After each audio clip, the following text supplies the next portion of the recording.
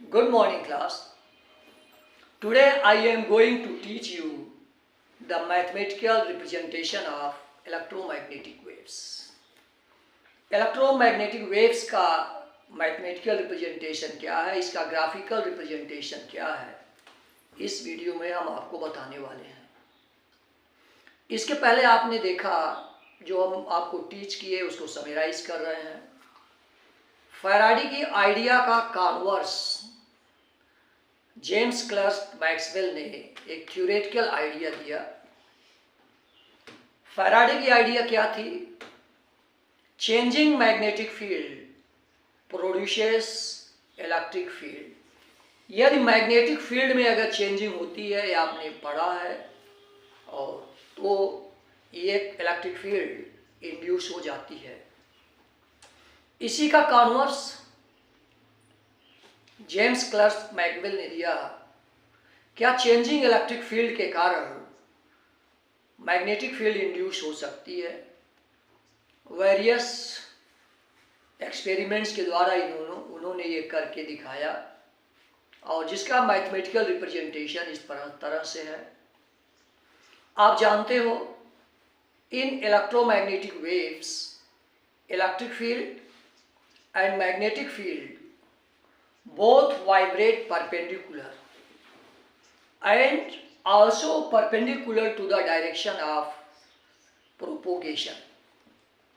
Electric field और magnetic field दोनों एक दूसरे के परपेंडिकुलर वाइब्रेट करती हैं, और ये जो प्रोपोगेशन की डायरेक्शन होती है उसके भी परपेंडिकुलर वाइब्रेट करती हैं।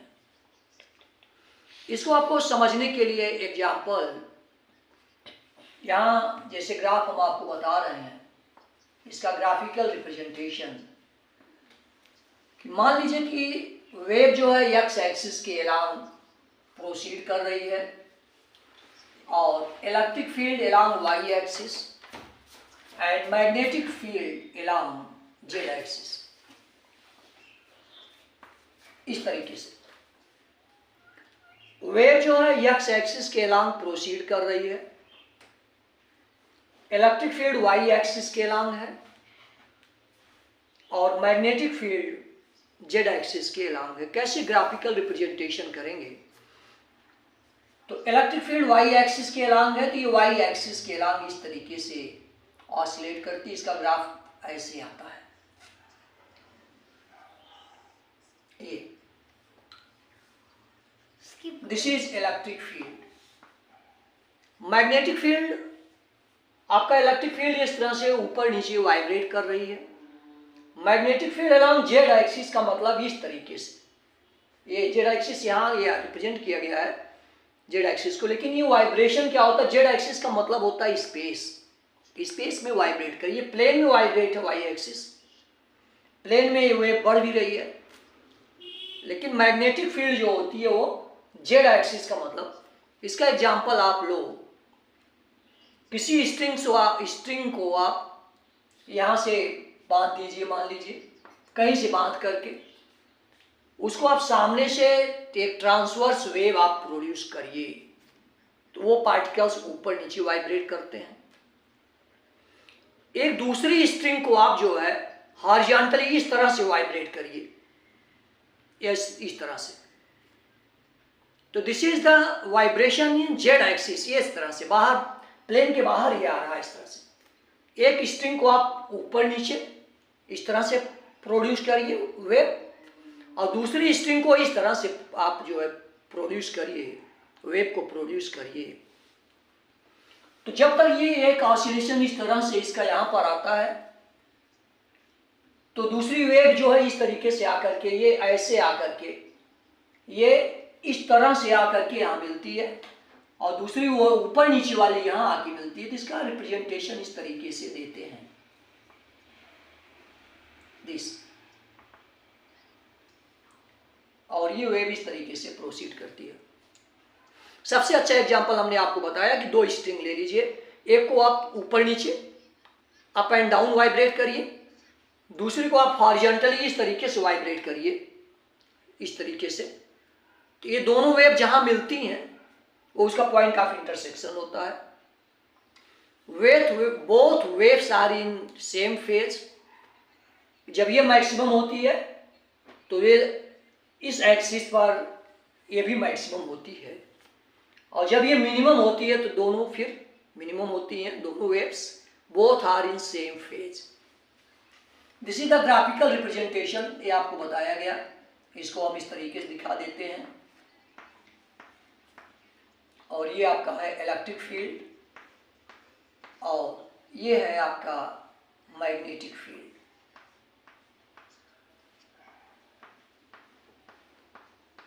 ये है मैग्नेटिक फील्ड। अब इनके इक्वेशन को आपको मैथमेटिकली लिखना है। आपने देखा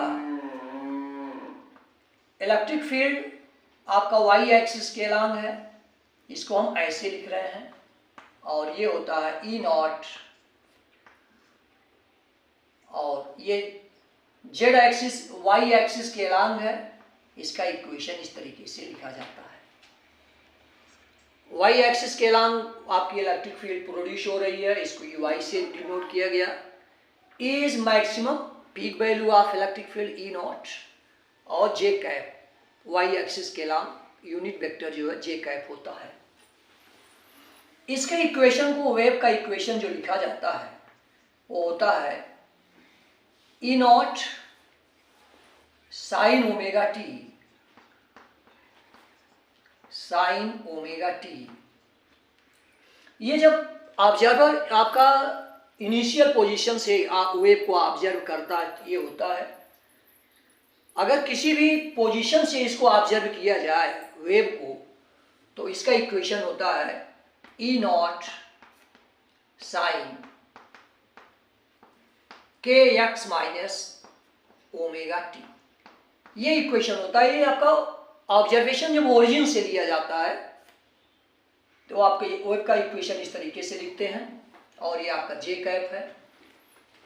लेकिन जब ऑब्जर्वेशन किसी मानिए एक्स डिस्टेंस ट्रेवल करने के बाद अगर वो ऑब्जर्वेशन लिया जाता है तो ये इक्वेशन आपका ये सही होता है। तो ये इक्वेशन आपको समझाने के लिए किया गया, केवल इस तरह से। Where k is wave number, where k is wave number, wave constant, where k is wave constant,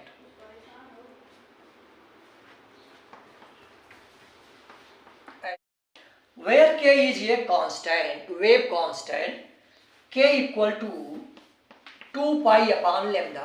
Lambda is wavelength, जो lambda है यहाँ wavelength है, और ये होता है कि ये इवोल्यूशन में कितनी डिस्टेंस जो lambda होता है, lambda wavelength।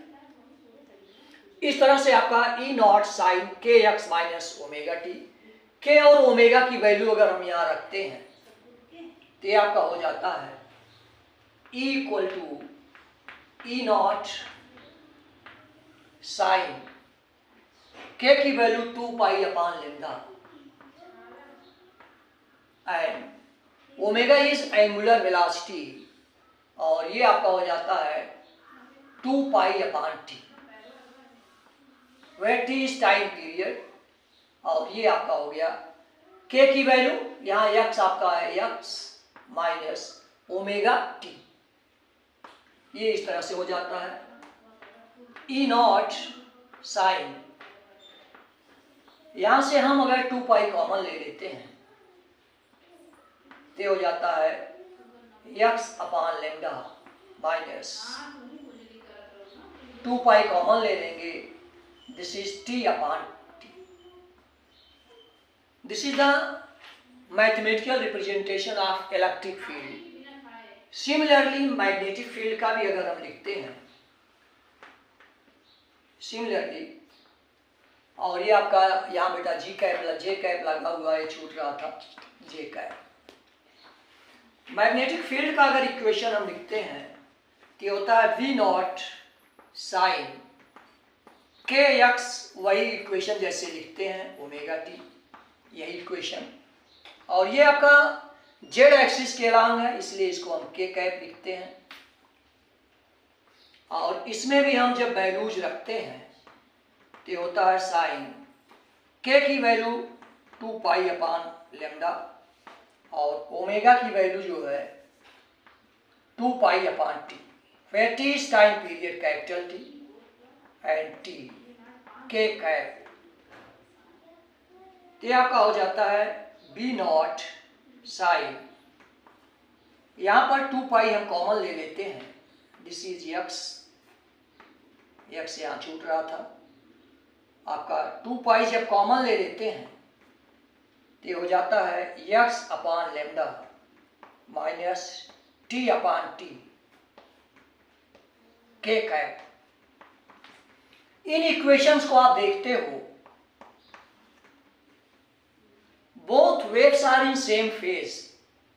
सेम फेज का मतलब जो इसका एंगल है आप देख रहे हो 2 पाई एक्स अपान लेमडा सेम है, therefore waves are in same phase. When electric field is maximum, magnetic field is maximum, they act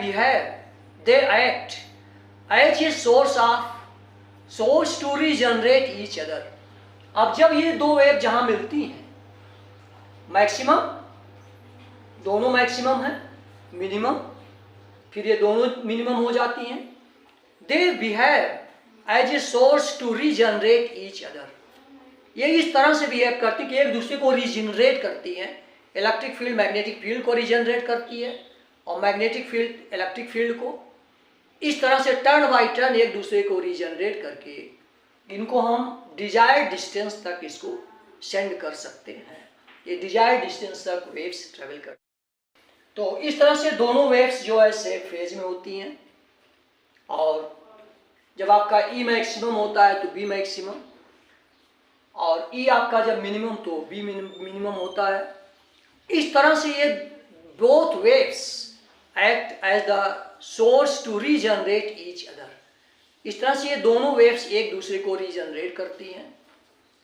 electric field, changing electric field generate magnetic field and changing magnetic field generate changing electric field. और इस तरह से इनको एक दूसरे को regenerate करती है, एक सोर्स, न्यू सोर्स की तरह काम करती हैं। और हम इन वेव्स को एक डिजायर्ड डिस्टेंस तक, जितनी डिस्टेंस है फ्रीक्वेंसी के अनुसार एडजस्ट करके इसको हम सेंड कर सकते हैं। तो इस तरह से हमने आपको इस वीडियो में बताया कि इसका ग्राफिकल रिप्रेजेंटेशन और मैथमेटिकल रिप्रेजेंटेशन कैसे होता है।